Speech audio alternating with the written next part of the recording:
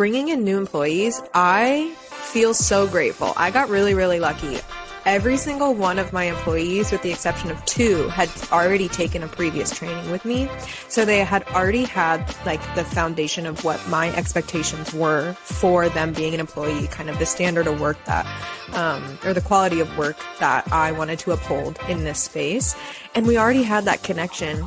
And so they actually just reached out to me. And there was a time where I posted on Instagram, but what really helped me was having a clear vision of exactly, having that application process that would weed out the people who weren't going to be a perfect fit for the salon. So I actually did have a video submission. If they weren't comfortable getting on video and kind of, introducing themselves, I felt like for us as a whole, as the business, I wanted them to feel comfortable promoting themselves on their Instagrams. And, obviously nothing was expected to be perfect, but I wanted them to be willing to try and be teachable and coachable.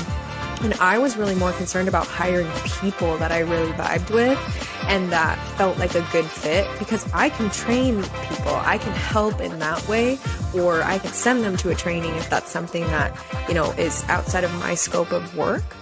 And so I really wanted to find people that I really liked. And then as far as an employee handbook, we do have a loose guidelines. I don't have a non-compete. I don't have a, you have to stay here for this X amount of time if you take my training, because ultimately I wanted to create a positive environment. And if someone felt like they weren't a good fit, or they, felt like they had to stay here for 6 months or a year and they were coming in with a bad attitude, I just didn't want to welcome that in my energetic space.